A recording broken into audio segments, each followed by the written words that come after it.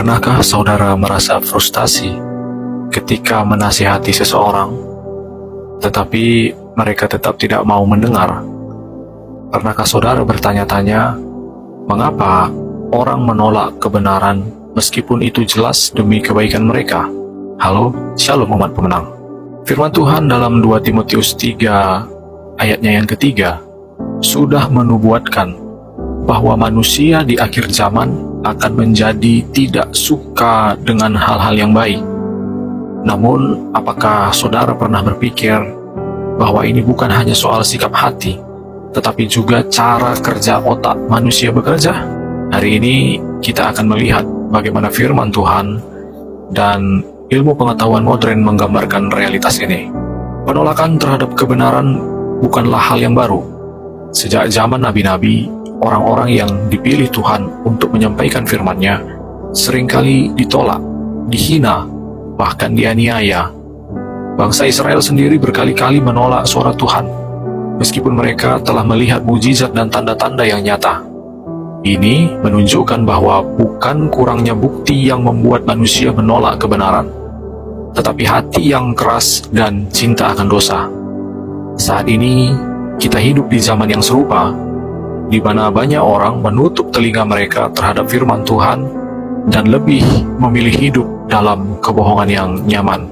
Oleh sebab itu, saudara-saudara yang terkasih di dalam nama Tuhan Yesus, berdasarkan hasil studi atau perspektif dari studi neurologi, ternyata otak manusia cenderung defensif terhadap kebenaran. Penelitian neuroscience menunjukkan bahwa ketika seseorang mendengar sesuatu yang bertentangan dengan keyakinannya, bagian otak yang disebut amigdala menjadi aktif. Ini adalah pusat emosi yang mengatur respon manusia terhadap ancaman. Dengan kata lain, nasihat atau teguran yang baik bisa dianggap sebagai ancaman, bukan sebagai pertolongan. Inilah sebabnya banyak orang menolak nasihat meskipun itu benar. Mereka merasa diserang, bukan ditolong. Semakin seseorang hidup dalam dosa dan kedegilan hati, semakin besar kemungkinan mereka untuk menolak kebenaran. Hati yang keras menutup diri terhadap teguran Roh Kudus, dan akibatnya mereka semakin terperosok dalam kegelapan. Iblis menggunakan ketakutan dan kebanggaan untuk menghalangi orang dari menerima kebenaran. Mereka lebih memilih mendengar suara daging daripada mendengar panggilan Tuhan yang menghendaki pertobatan. Dalam Amsal 12 ayat 15 dikatakan, jalan orang bodoh lurus dalam anggapannya sendiri, tetapi orang yang mendengarkan nasihat adalah bijak. Ilmu psikologi modern menyebut ini sebagai efek Dunning-Kruger, yaitu ketika seseorang kurang pengetahuan tetapi merasa dirinya paling tahu. Mereka tidak sadar akan keterbatasan mereka dan dengan keras kepala menolak bimbingan yang benar. Bukankah ini yang sering kita lihat dalam kehidupan sehari-hari? Orang yang merasa dirinya benar padahal sedang berjalan menuju kehancuran. Orang yang sombong dalam kebodohannya sulit untuk diajar. Bahkan ketika kebenaran sudah ada di depan mata mereka, mereka lebih memilih menyangkal daripada mengakui kesalahan. Seperti yang dikatakan dalam Amsal 26 ayat 12, jika engkau melihat orang yang menganggap dirinya bijak, harapan bagi orang bodoh lebih banyak daripada bagi dia. Betapa tragis keadaan orang-orang yang tertipu oleh pikirannya sendiri. Dalam Yohanes 3 ayat 19, firman Tuhan mengatakan, terang telah datang ke dalam dunia, tetapi manusia lebih menyukai kegelapan daripada terang, sebab perbuatan-perbuatan mereka jahat. Ilmu psikologi menyebut ini sebagai bias konfirmasi, di mana manusia hanya mau mendengar hal-hal yang sesuai dengan keinginannya. Bahkan ketika diberikan bukti yang kuat, mereka bisa mengalami efek backfire, yaitu semakin menolak kebenaran dan semakin mengukuhkan pandangan yang salah. Inilah alasan mengapa banyak orang menolak Injil. Mereka lebih suka bertahan dalam dosa daripada menerima perubahan yang membawa hidup kekal. Kita sering melihat hal ini dalam dunia modern.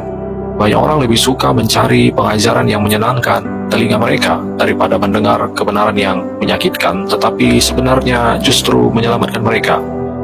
Seperti yang dikatakan dalam 2 Timotius 4 ayat 3 sampai dengan 4. Manusia mengumpulkan guru-guru yang hanya berkata sesuai dengan keinginan hati mereka, bukan yang menyampaikan kebenaran Allah. Mereka lebih memilih kebohongan dan nyaman daripada kebenaran yang menuntut perubahan. Lalu ada peran dopamin. Mengapa manusia lebih memilih dosa daripada kebenaran? Sistem dopamin dalam otak bertanggung jawab atas kesenangan dan kebiasaan. Dunia menawarkan kenikmatan sesaat yang membuat manusia kecanduan terhadap dosa. Firman Tuhan dalam 2 Timotius 4 ayatnya yang ketiga sampai 4 mengatakan bahwa akan datang waktunya orang tidak lagi tahan terhadap ajaran sehat, melainkan mencari pengajar yang menyampaikan apa yang ingin mereka dengar. Manusia lebih suka hal-hal yang menyenangkan daging daripada disiplin kebenaran yang menuntut kepada hidup yang kekal. Orang-orang yang terikat oleh kesenangan duniawi seringkali tidak sadar bahwa mereka diperbudak oleh hawa nafsu mereka sendiri. Seperti yang dikatakan di dalam Roma 6 ayat 16, tidak tahukah kamu bahwa apabila kamu menyerahkan dirimu kepada seseorang sebagai hamba untuk menaatinya, kamu adalah hamba orang itu, baik dalam dosa yang memimpin kamu kepada kematian, maupun dalam ketaatan yang memimpin kamu kepada kebenaran. Mereka berpikir mereka bebas, padahal mereka adalah budak dosa. So, saudara-saudara, meskipun saudara tahu bahwa manusia sulit menerima kebenaran, saudara tidak boleh menyerah dalam menyampaikan kebenaran firman Tuhan. Kebenaran tetap harus diberitakan meskipun ditolak. Yesus sendiri mengatakan dalam Yohanes 8 ayat 32, kamu akan mengetahui kebenaran, dan kebenaran itu akan memerdekakan kamu. Jangan lelah menabur firman, karena hanya Roh Kudus yang dapat membuka hati manusia untuk menerima kebenaran. Banyak orang berpikir mereka baik-baik saja, padahal mereka sedang menuju kebinasaan. Mereka berkata, saya tahu apa yang saya lakukan, padahal mereka sedang berjalan dalam kegelapan. Mereka menolak teguran dan merasa cukup dengan hikmat mereka sendiri, padahal neraka sedang menunggu mereka dengan pintu terbuka.